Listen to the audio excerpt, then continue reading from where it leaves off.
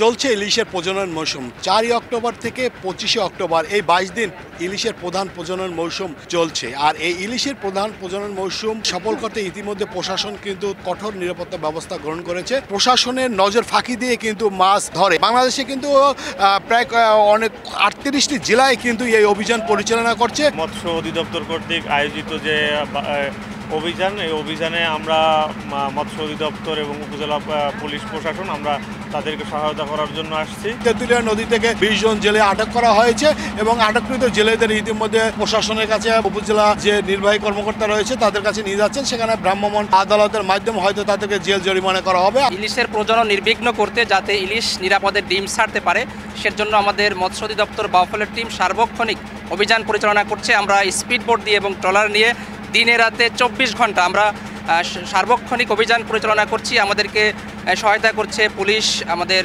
নৌবাহিনী, আমাদের উপজেলা প্রশাসন।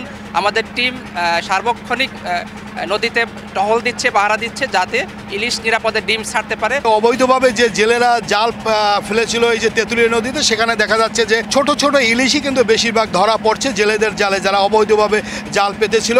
আর এখানে কিন্তু আসলে আমরা জাল যখন উঠেছিল তখন কিন্তু আসলে আমরা কোনো বড় ইলিশ দেখতে পাইনি, সবই ছোট ইলিশ। এখন পর্যন্ত ইলিশের পেটে ডিম আসে নেই, তবুও কিন্তু ইলিশ প্রজনন মৌসুম চলছে। তবে এই ইলিশ প্রজনন মৌসুমে যে ছোট ছোট যে ঝাটকা ইলিশগুলোই কিন্তু বেশিরভাগ ধরা পড়ছে। পটুয়াখালীতে প্রায় 67,000 মতো জেলে রয়েছে। 67,000 জেলের ভিতর কিন্তু 65,000 বেশি জেলেকে কিন্তু 25 কেজি করে সরকারি ভিজিএফের মাধ্যমে চাল সহযোগিতা করছে সরকার। 65 থেকে 70% তাদেরকে চাল দেওয়া হয়েছে। তারপরও কিন্তু অসাধু কিছু জেলে রয়েছে, তারা কিন্তু এই তেঁতুলিয়া, পায়রা, বিভিন্ন নদীতে কিন্তু তারা চুরি চুরি করে মাছ ধরে। এই ছিল আমার কাছে আজকে ইলিশ প্রজনন মৌসুমে যে অভিযান করেছে তার সর্বশেষ।